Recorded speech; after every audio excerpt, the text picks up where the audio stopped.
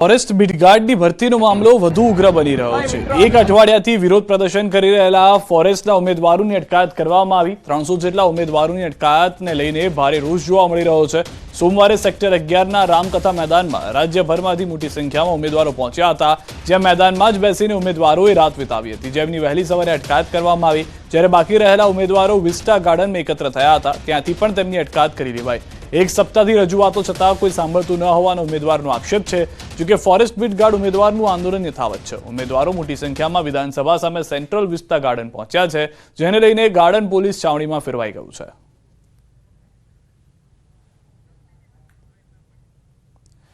તો હાલના જે દ્રશ્યો આપ જોઈ રહ્યા છો, સાંજ સુધીમાં 25% લોકોનું રિઝલ્ટ જાહેર કરવાની શક્યતા હોવાનું પોલીસે આંદોલનકારીઓને આશ્વાસન આપ્યું। ભરતી પરીક્ષામાંથી સીબીઆરટી પદ્ધતિ નાબૂદ કરવાની ઉમેદવારોની મુખ્ય માંગ છે। સાથે જ પરીક્ષાર્થીઓને લઈને પણ જે જાણકારી મળી રહી છે કે તેઓની જે વાત છે તે રજૂઆતોને સાંભળવામાં આવશે।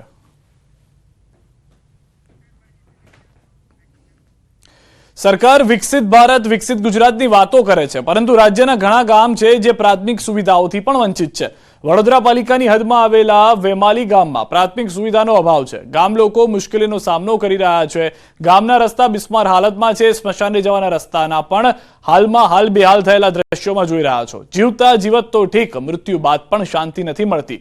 કિચડવાળા રોડ પરથી નનામીને લઈ જવા ડાઘુઓ મજબૂર બન્યા છે। સોસાયટી વિસ્તારમાં પણ રોડ, ડ્રેનેજ તેમજ પીવાના પાણીની સુવિધાનો અભાવ છે। સ્થાનિકોએ કહ્યું કે અમને ભાજપ કોંગ્રેસમાં નહીં, પ્રાથમિક સુવિધાઓમાં રસ છે। થઈ ગયા છે, આજ સુધી અમને પાણીની લાઈન કે પાણી મળ્યું નથી, અને હાલ જે લોકોને પાણીની લાઈન મળી છે એ લોકોને પણ પાણીના ટેન્કર મંગાવવા જ પડે છે। તો પાણી માટે 8 લાખ રૂપિયા પેડ કરીને જે લાઈન લીધી છે, છતાં પણ ટેન્કર મંગાવવા પડે, તો પછી આ કેવો વિકાસ? માણસને જયારે જીવતા જીવત સુખ ના મળતું હોય, મર્યા પછી પણ જે કહેવાય છે કે સુખ નથી મળતું, તેવી પરિસ્થિતિ જોવા મળી છે। વેમાલી ગામની અંદર જો પાણીનો પ્રશ્ન છે, ડ્રેનેજનો પ્રશ્ન છે, સાથે સાથે હરેક જગ્યા ઉપર ખાડા અને ભૂવા પડી રહ્યા છે। ટ્રેક્ટરની અંદર સ્મશાન ગૃહે જે આપણે હાથ આપવો જોઈએ એની જગ્યાએ ટ્રેક્ટરની અંદર ઉતારવા પડે છે। ત્યાં આગળ તો બહુ જે આ કોર્પોરેશનના જે નેતાઓ ચૂંટાઈને આવેલા છે એ બહુ જ ખરાબ હાલત થશે એમની, કારણ કે જો આ કામ નહીં કરે તો એમનો બહિષ્કાર કરીશું, અને આગળ જતાં બી ચૂંટણીનો કોર્પોરેશનની ચૂંટણી આવશે એમાં બી વેમાલી ગામ તરફથી અમે બહિષ્કાર કરીશું। ધ્યાનમાં લઈને રોડ તો કરવો જ જોઈએ, નહીં તો આવતી ચૂંટણીમાં લોકો બહિષ્કાર કરશે। કોર્પોરેશનની ચૂંટણીમાં ખાસ કહું છું, એમાં ભાજપ કોંગ્રેસ એવું કોઈ જોવા નહીં રહે। સ્પીડ બ્રેકર મૂકવાનું છે તઈ મૂકતા નથી। આજે જ આ ભાઈ એક્સિડન્ટમાં મરી ગયા, આ ભાઈ મૃત્યુ બાદ સ્વર્ગમાં જવાના રસ્તે રાજકીય રાક્ષસોએ રોડા નાખતા જે વેમાલી ગામના લોકો છે તેમને જીવતે જીવ તકલીફ તો પડી જ રહી છે, પરંતુ મૃત્યુ બાદ જે મૃતદેહ છે તેને સ્મશાન સુધી લઈ જવો હોય તો કપડા ચડવા પડે છે, અને તેના સીધા દ્રશ્યો એટલે કે ચોંકાવનારો અહેવાલ જે છે તમને ન્યૂઝ 18 ગુજરાતીની ટીવી સ્ક્રીન પર બતાવવા જઈ રહ્યા છે। તમે દ્રશ્યો જોયા કે એકમાત્ર આ ગામનું સ્મશાન છે, અને અહીંયા જ્યારે મૃતદેહ લાવવાનો હોય છે ત્યારે જે સાથે ડાઘુ હોય છે તેમના જીવ પણ જોખમમાં મુકાતા હોય છે।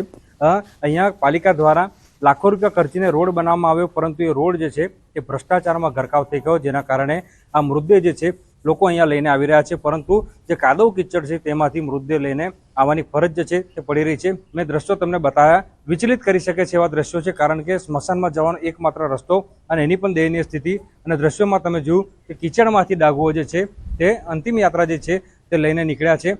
ત્યારે ચોક્કસથી આ દ્રશ્યો જોયા બાદ કોર્પોરેશનના સત્તાધીશો જાગવાની જરૂર છે, કારણ કે જીવતે જીવતો લોકો અહીંયા દુઃખી છે જ, પરંતુ મૃત્યુ બાદ પણ જે મૃતદેહ છે તેને શાંતિ નથી મળતી, અને જે સ્મશાન યાત્રામાં જોડેલા ડાઘુઓ છે તેમને પણ પોતાના જીવના જોખમે સ્મશાન યાત્રા કાઢવી પડે ત્યાં પ્રકારની સ્થિતિનું નિર્માણ જે છે તે વેમાલી ગામે થયું છે। હાર્દિક દીક્ષિત, ન્યૂઝ 18 ગુજરાતી, વડોદરા। વલસાડની ઓરંગા નદીમાં પૂરના પાણી ઓસર્યા બાદ નુકસાનીના દ્રશ્યો સામે આવી રહ્યા છે। હનુમાન બાગડા ખુર્દ વિસ્તારમાં નદીની પ્રોટેક્શન વોલ તૂટી જતા કિનારા વિસ્તારમાં મોટા પાયે ધોવાણ થયું છે। કોળીવાડમાં કિનારે આવેલા 3 મકાનોનો પાછળનો ભાગ ધોવાઈ ગયો છે।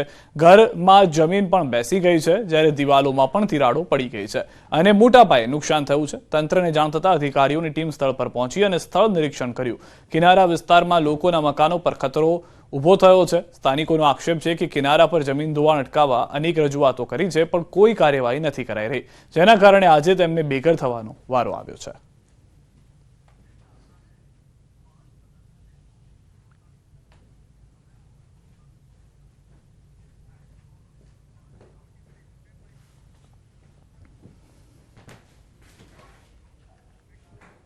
શ્રાવણ માસ નિમિત્તે સુરેન્દ્રનગરમાં 160 વર્ષ જૂના પૌરાણિક હાટકેશ્વર મંદિરમાં ભક્તોની ભારે ભીડ જોવા મળી રહી છે.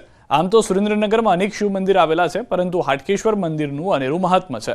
આ મંદિર રાજાશાહી સમયનું છે. હાટકેશ્વર દાદા ભાવથી આવેલા તમામ ભક્તોની મનોકામના પૂર્ણ કરતા હોવાની, આસ્થા પૂર્ણ કરતા હોવાની માન્યતા છે. અહીં શ્રાવણ માસ સિવાય પણ ભારે ભીડ રહેતી હોય છે. બારે માસ શ્રદ્ધાળુઓ દર્શનાર્થે આવતા હોય છે. શ્રાવણ માસ નિમિત્તે મંદિરમાં દીપમાળા, મહાઆરતી, લઘુરૂપ અને ભજન કીર્તન પણ કરવામાં આવે છે. ધાર્મિક કાર્યક્રમોનું આયોજન થઈ રહ્યું છે. ત્યારે સુરેન્દ્રનગર જ નહીં, પરંતુ આસપાસના ગ્રામના વિસ્તારના લોકો પણ અહીંયા જોવા મળે છે. ત્યારે સુરેન્દ્રનગરનું નિર્માણ થયું ત્યારથી આ મંદિર નિર્માણ પામેલ છે. 162 વર્ષ પહેલાનું મંદિર છે. શ્રાવણ મહિના નિમિત્તે અભિષેક, પૂજાપાઠ, બિલીપત્ર, લઘુરુદ્ર આવી રીતના વિવિધ પ્રકારની પ્રવૃત્તિઓ બહુ સારી રીતે ચાલી રહી છે. આ હાટકેશ્વર મંદિરની અંદર ઘણા વર્ષોથી દર્શન કરવા માટે આવું છું મારા પરિવાર સાથે.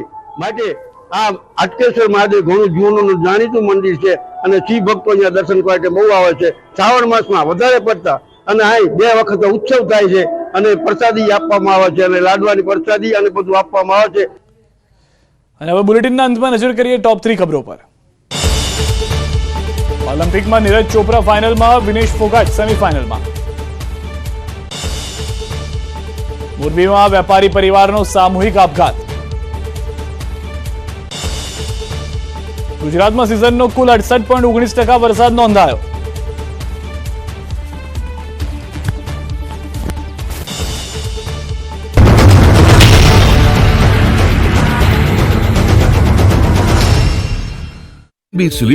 સોઈ ગયા, લાઈટ હતી, હવે હમણાં પાણી ઉતરી ગયા તો લાઈટ કાપવાની વાત કરે છે. એવું છે. કોઈ કશું કોઈ પણ નથી આવ્યું. એ બધું અમે ઉપર ચડાવી દીધો કાલે સાંજે. સોળેકળાએ ખીલ્યો ગિરાધોધ. દક્ષિણ ગુજરાત અને ઉપરવાસમાં સતત વરસી રહેલા વરસાદને કારણે અનેક જગ્યાએ નદી નાળા અને જળાશયો ભરપૂર છલોછલ થઈ ગયા છે. એટલું જ નહીં, ગુજરાતના મોટાભાગના ધોધ પણ જીવંત થયા છે. આ બધાની વચ્ચે ડાંગ જિલ્લામાં આવેલા ગિરાધોધે જમાવટ કરી છે. ગિરાધોધ સોળેકળાએ ખીલેલો જોવા મળ્યો. ડાંગ જિલ્લાના સૌથી ઊંચો ગણાતો ગિરાધોધ, જેને ગિરમાર ધોધ પણ કહેવામાં આવે છે, તેનું રૌદ્ર સ્વરૂપ ફરી એકવાર સામે આવ્યું છે. ઉપરવાસમાં પડી રહેલા ભારે વરસાદને કારણે પર્વતોની વચ્ચે જંગલમાં આવેલા આ ગિરાધોધ સક્રિય થયો. ગિરાધોધે કુદરતના સૌંદર્યની પરાકાષ્ઠા વટાવી છે. ગિરાધોધનો અદ્ભુત નજારો જોવા મળ્યો. ગિરાધોધ જીવંત થતા લોકો મોટી સંખ્યામાં જોવા પહોંચ્યા. લોકો ધોધને જોવા અને કુદરતી સૌંદર્યને માણવા પહોંચી રહ્યા છે, જેને લઈને તંત્ર દ્વારા પણ યોગ્ય સુરક્ષા ઉપલબ્ધ કરી છે. ગિરાધોધ જોવા આવેલા પ્રવાસીઓ ધોધનો નજારો નિહાળી ખુશખુશાલ જોવા મળ્યા.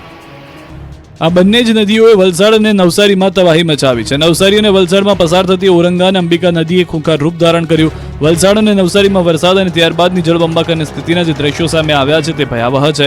ભારે વરસાદ બાદ પૂર જેવી સ્થિતિ સર્જાઈ. વલસાડમાં ઔરંગા નદી અને નવસારીમાં અંબિકા અને કાવેરી નદીના પાણીએ ઘૂસણખોરી કરી. બંને નદીએ સર્જેલી પૂરની સ્થિતિના આકાશી દ્રશ્યો જ કહી આપે છે કે અહીં કેટલી હદે તારાજી સર્જાઈ છે. ઔરંગા નદીએ મચાવેલા તાંડવના આકાશી દ્રશ્યો સામે આવ્યા, તો બીજી તરફ અંબિકા નદીના કારણે બંદર રોડ વિસ્તારમાં બેટમાં ફેરવાઈ ગયેલો દેખાઈ રહ્યો છે. વલસાડમાં ઔરંગાના પાણી જાણે આફત બનીને ત્રાટક્યા હોય તેમ ઔરંગા નદી લાલઘુમ બનીને વહી રહી છે. 2 દિવસ આખા વલસાડને ધમરોળનાર ઔરંગા નદી હાલ શાંત થઈ છે, પરંતુ 2 દિવસમાં નદીના પાણીએ કેવો તાંડવ કર્યો તેનો આકાશી નજારો જુઓ. આકાશી દ્રશ્યોમાં પરિસ્થિતિની ગંભીરતા દ્રશ્યમાન છે. આ બાજુ અંબિકા નદી પણ ગાંડીતુર બનીને વહી રહી છે. અંબિકા નદીના રૌદ્ર સ્વરૂપના આકાશી દ્રશ્યો જ આપણને આ પાણીએ નવસારીની પથારી ફેરવી લીધી છે તે સાબિત કરવા માટે પૂરા છે. ત્રણેય નદીઓના જળસ્તરમાં ઘટાડો થયો છે. પૂર્ણા નદીની હાલની સપાટી 17.56 ફૂટ, અંબિકાની હાલની સપાટી 26.56 ફૂટ અને કાવેરીની હાલની સપાટી 13.50 ફૂટે પહોંચી છે. જ્યાં જ્યાં નજર કરો ત્યાં ત્યાં પાણી જ પાણી. રોડ પાણીમાં, પુલ પાણીમાં, ઘર, આંગણવાડી, આરોગ્ય કેન્દ્ર સહિત બધું જ પાણીમાં ડૂબેલું નજરે પડી રહ્યું છે. જળતાંડવના આ દ્રશ્યો છે બિલીમોરાના ભાઠા ગામના. અહીં અંબિકા નદીના પાણીએ એવી તારાજી સર્જી કે આખું ગામ પાણીમાં ગરકાવ થઈ ગયું. પાણીએ ગામને જાણે બાનમાં લીધો હોય તે રીતે ગામ પાણીની વચ્ચે ફસાઈ ગયું. ગામ જાણે ટાપુ બની ગયું. મોડી રાતથી નવસારીની અંબિકા નદીની સપાટી વધતા ગામમાં પાણીએ એન્ટ્રી મારવાનું શરૂ કર્યું, તો સવારે ગ્રામજનોની આંખ ખુલી તો તેમનું ગામ પાણીમાં તરતું હતું. ભાઠા ગામના પ્રવેશ દ્વારથી પાણીએ કબજો જમાવવાનો શરૂ કર્યો કે ગામની અંદરની ગલીઓ, ગામનો મુખ્ય માર્ગ, બિલીમોરાથી અમલસાડના રોડ પર પાણી ભરાઈ ગયા. ગામના કેટલાય મકાનો પણ પાણીમાં ગરકાવ થઈ જતા લોકોની ચિંતા વધી ગઈ. ગામના પુલ પર પણ પાણી વહેતું થતા વાહન વ્યવહાર બંધ થઈ ગયો. રોડ પર 4 થી 5 ફૂટ પાણી ભરાતા આધુનિક જમાનાના વાહનો તો રમકડા બની ગયા, તો ખેતરોની વાત જ શું કરવી. જળથી તરબોળ ખેતરો જોઈ હવે ખેડૂતોની આંખોમાં આંસુના પૂર આવ્યા છે. અંબિકા અને કાવેરી નદીના ઘોડાપુરે નવસારી જિલ્લામાં કેવો વિનાશ વેર્યો છે તે જુઓ. કુદરતના પ્રવાહથી નવસારીના બિલીમોરાના હાલ બેહાલ થઈ ગયા. નદીઓના પાણીએ એવી મનમાની કરી કે જ્યાં જગ્યા મળી ત્યાં કબજો કરી લીધો. બિલીમોરાના દરેસા વિસ્તાર હોય કે કુંભાર ફળિયા કે પછી ચાંદની ચોક સોસાયટી, અત્ર તત્ર જળવાયુ પરિવર્તનનું જોખમ આપણા દરવાજે પહોંચી ગયું છે. હવે જરૂર છે એક મોટા ક્રાંતિકારી બદલાવની, અને આનો પ્રારંભ થશે 140 કરોડ ભારતીયોથી. આ ક્રાંતિ શરૂ થશે એક વૃક્ષથી. એક વૃક્ષ માનવતા માટે, એક વૃક્ષ આ ધરતી માતા માટે, એક વૃક્ષ આપણા ભવિષ્ય માટે. પ્રોજેક્ટ વન ટ્રી, ન્યૂઝ 18 નેટવર્કની એક મોટી પહેલ.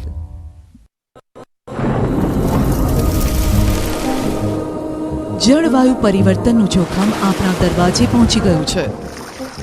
હવે જરૂર છે એક મોટા ક્રાંતિકારી બદલાવની, અને આનો પ્રારંભ થશે 140 કરોડ ભારતીયોથી. આ ક્રાંતિ શરૂ થશે એક વૃક્ષથી.